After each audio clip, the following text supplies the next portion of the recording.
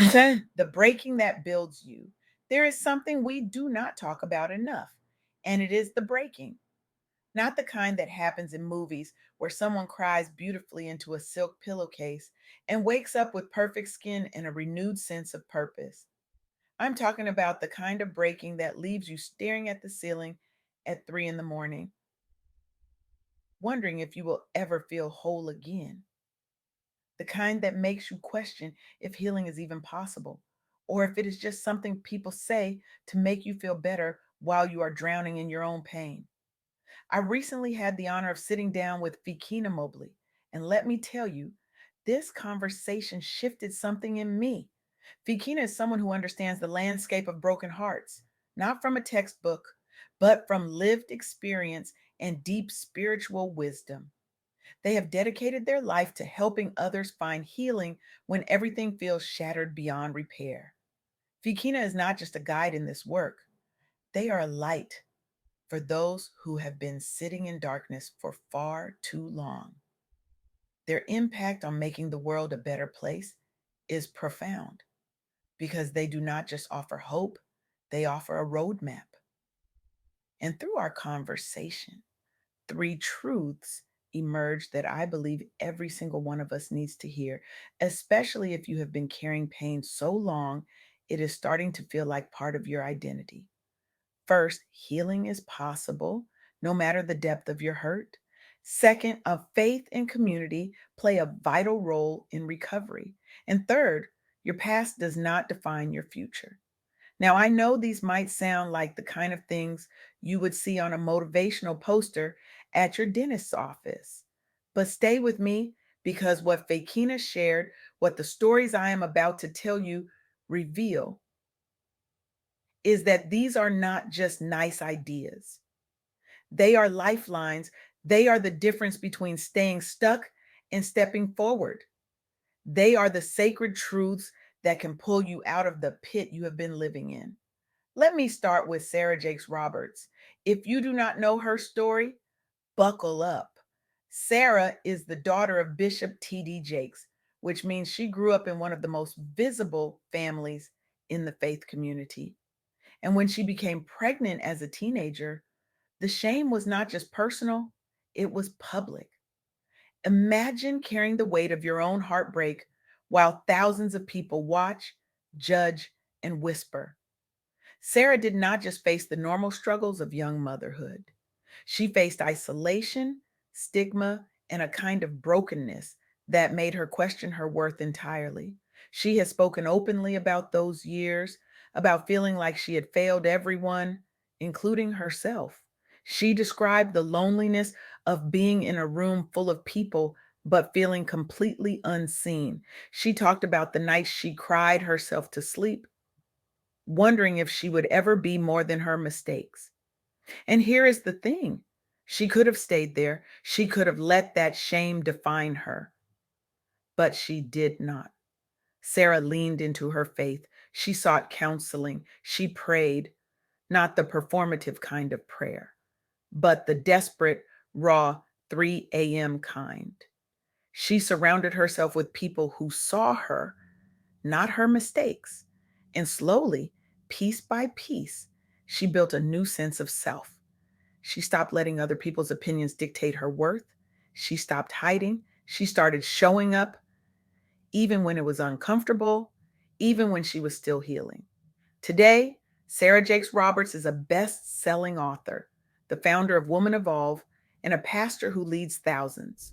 Her book, Lost and Found, has become a beacon for women who thought they were too broken to be found. And here's what I love about her story: she did not wait until she was fully healed to start helping others. She turned her pain into purpose while she was still in process. That is the thing about healing. It does not wait for you to have it all figured out. It invites you to show up messy and trust that God can work with that. Sarah has said that her greatest ministry came from her deepest wound. She has empowered countless Black women to believe that healing after heartbreak and trauma is not just possible, it is promised. Her impact is not just in what she teaches, but in how she lives. She is proof that your past does not get the final word. Now let us talk about Tarana Burke. You probably know her as the founder of the Me Too movement. But before that hashtag went viral, before the world knew her name, Tarana was a survivor. She experienced sexual abuse, and like so many Black women, she lived in a world that often silenced her pain. Society told her to be strong, to keep quiet, to not make waves.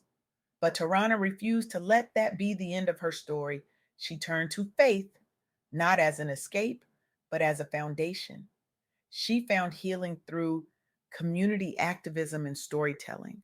She started working with young girls, encouraging them to share their stories, to reclaim their voices.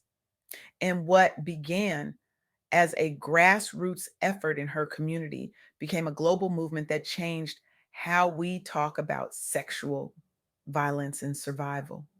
Tarana spent years sitting with young girls who had been through unspeakable things. She listened. She held space. She did not rush them to heal or tell them to get over it. She simply said, I see you. I believe you.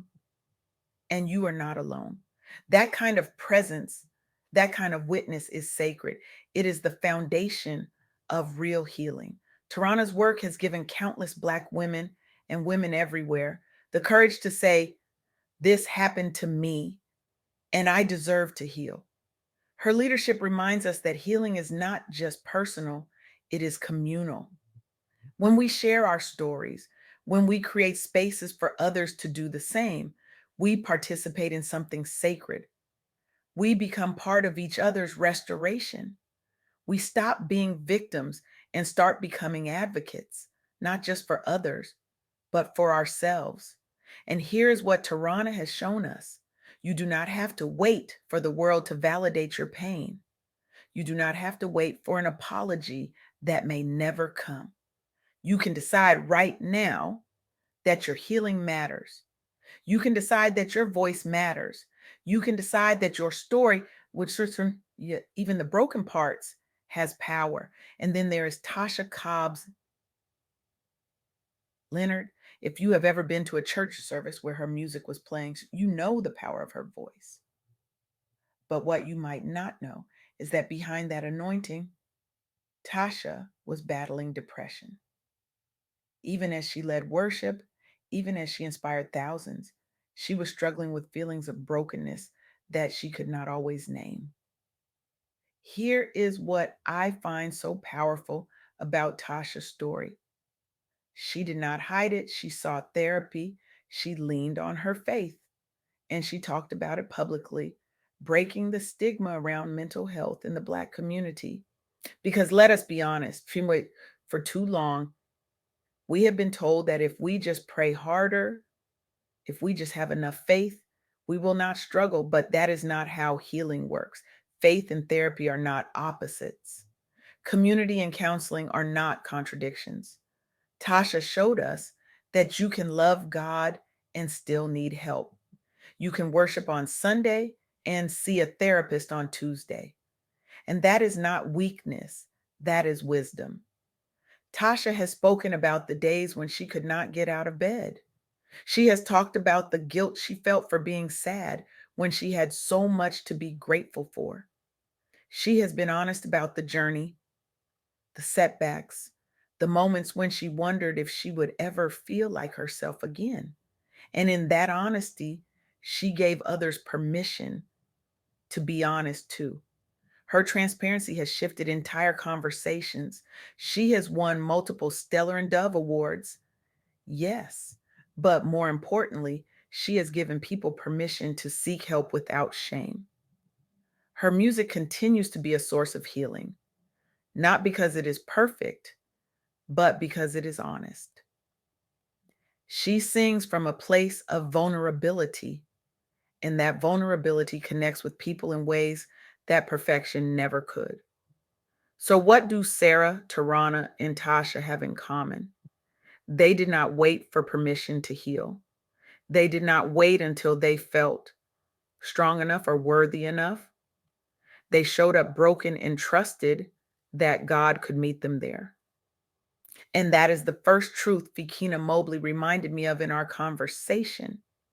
Healing is possible no matter the depth of your hurt. I know some of you are sitting there thinking, but you do not know what I have been through. You do not know how deep this goes. And you are right, I do not. But I do know this: God's love and grace can reach even the most broken places within us, not because your pain is small, but because God's capacity to heal is that big. No matter what you have experienced, no matter how long you have been carrying it, healing is always within reach. Always. The second truth is this: faith and community play a vital role in recovery. Now, I am not talking about toxic positivity or people who tell you to just get over it. I am talking about the kind of faith that holds you when you cannot hold yourself, the kind of community that shows up not with judgment, but with presence. Sarah had her counselor and her prayer circle. Tarana had her activists and her girls. Tasha had her therapist and her worship team. None of them healed alone. And here's the thing about community: it does not have to be big, it does not have to be fancy, it just has to be real. Sometimes it is one friend who checks on you. Sometimes it is a support group that meets on Zoom. Sometimes it is a therapist who finally helps you name what you have been feeling. But healing, real healing, happens in connection. It happens when we stop pretending we are fine and start letting people in. Faith is not about having all the answers. It is about trusting that even when you do not understand, even when it hurts, God is still working. And community is not about surrounding yourself with people who have it all together. It is about finding your people, the ones who will sit with you in the mess and remind you that you are not alone. The third truth, and maybe the most important one, is this: your past does not define your future. Trauma is not the end of your journey. I need you to hear that again. Trauma is not the end of your journey. It is part of your story. Yes, but it is not the whole story. Sarah was a teen mom, and now she is a pastor and author. Tarana was a survivor, and now she is a global advocate. Tasha battled depression, and now she leads worship for millions. Their pain did not disqualify them, it deepened them. You can move forward. You can thrive beyond what has tried to break you. And no, it will not be easy. Healing is not a straight line.